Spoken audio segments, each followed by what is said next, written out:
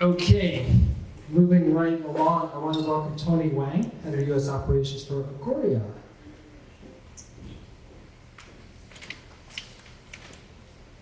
Let's go there. All right, there's the spirit. Tony, whenever you're ready, I'll start talking. Thank you. Agora does one thing, and pretty much we get your VR project ready for the internet. Internet was really not built for real-time communication when it's been designed. It was really for exchange of information, synchronized information, text information, emails, short messages. More and more, we've been putting on content, real-time content on the internet. Before we even solve the real-time video, now we start adding the VR project, with much more data, much more demanding on the live or AV sync. So, Agora is basically taking the guesswork out of your next VR project when you want to do some live streaming. When you want to do some live streaming, and when you want to do some project, take the guesswork out of the network. Whether your user will actually experience the project as you designed in your lab, right? Everywhere in the world, those kind of things. Because nobody controls the public internet. So the natural question would be, how did we did? There's only two ways you solve this problem on the internet. A, you own internet on your own. B is what we did. Agora actually built about 75 virtual overlay nodes across global. Those nodes constantly monitor the congestions of the internet traffic and reroute every couple seconds of the communication between A and B, anywhere 2 points in the global. We also pride ourselves with some of our pretty much advanced packet loss concealment, echo cancellation, all those technology that is built into our SDK, in particularly the SDK for Android device. As we observe right now, we have about 4,000 Android devices being used in our network. The AV sync, the device, microphone, speaker, quality of those devices has a wide range. How do you ensure those quality, your VR project, your VR experience is good on those devices? It's actually very tedious work. We take that away.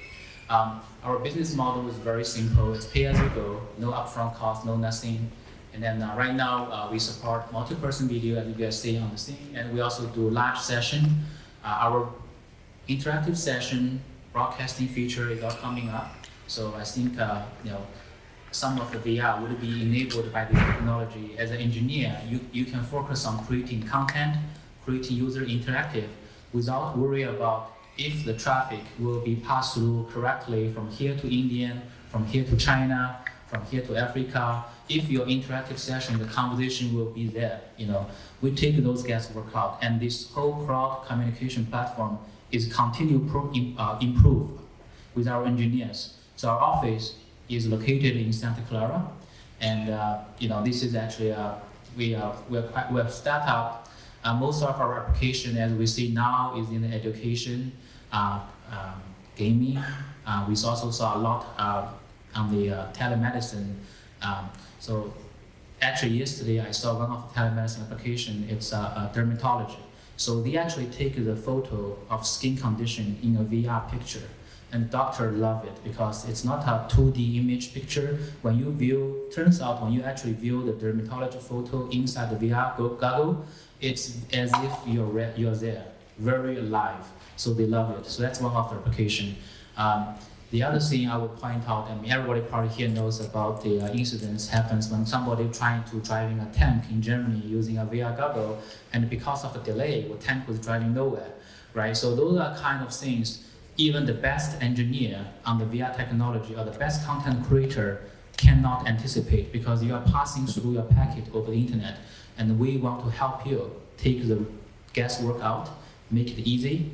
So our platform, our SDK, has iOS, Android, PC, and of course Mac. So it can be easily downloaded from the website. I think that's really it, because it's an underlying technology, nothing more. So anybody has questions? Tony, thank you. Okay. Raise your hands high for questions for Tony. I'll reset the clock in the meantime. Anybody up front? Come on, Ted. In the back, yes, sir. Yeah. Go ahead. So, are you guys looking into what kinds of different internet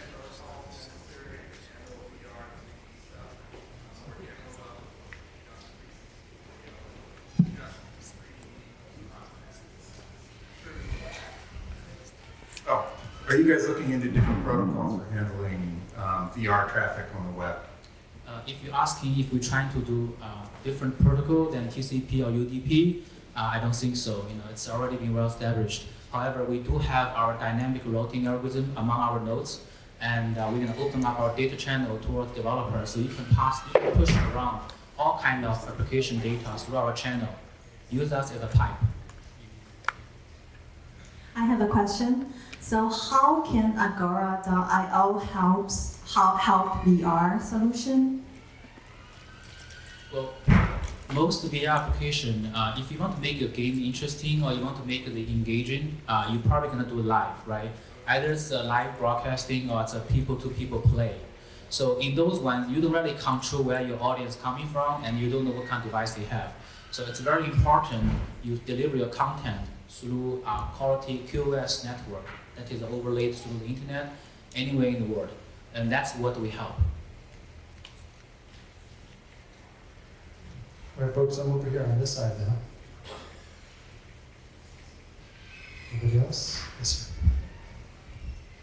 Your dynamic algorithm, can you give us stats on the performance when that's on versus when it's not? You mean comparison? Yeah. Oh, absolutely, yes. Yeah, it's very easy to test. Do you have like stats or something you can share with us? The differential? Every region is different, because the infrastructure. So we have details on the breakdown in each region. If you're interested, I'll give you a business card. I can give you details. Okay. Yeah, because every continent has its own infrastructure, so it's very hard to say anywhere A to B what's the average on Earth. That's probably not going to be good.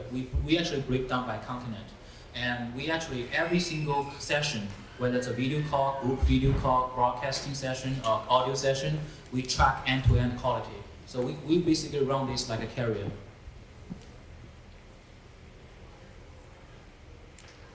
Anybody else have questions? Raise your hands, please. I'm going to ask the question I always ask. Are you guys looking for talent here locally? Absolutely. Of course. That's what we're doing. What are you looking for? Develop evangelists, engineers always. Can you talk about a bit about your education gaming programs that you've worked on? So in education, right? Two very interesting trends we saw. One is international language learning. That became very popular. And usually the best way to learn is from people who speak native language, right? So there's a lot of apps globally. Last time I counted last year, I saw about 80 apps, basically on different app store from different country, help you learn language, right? By talking to somebody from different country. Now you have some problem because your IP package is across the border. You have no idea how many router it goes, right? It's not always bad, sometimes good, but it's unpredictable.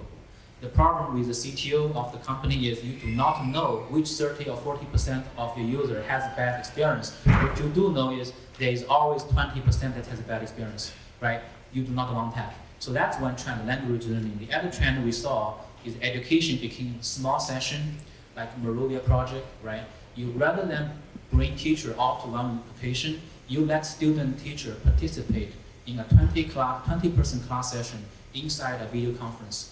When the video conference is always on for 20 stream, and this is another challenge. I guess current solution is very hard to solve because those 20 stream can come from anywhere. Thank you. All right. Any, 42 seconds, Johnny. Anybody else? Going once, going twice. Thank you, sir. Thank you.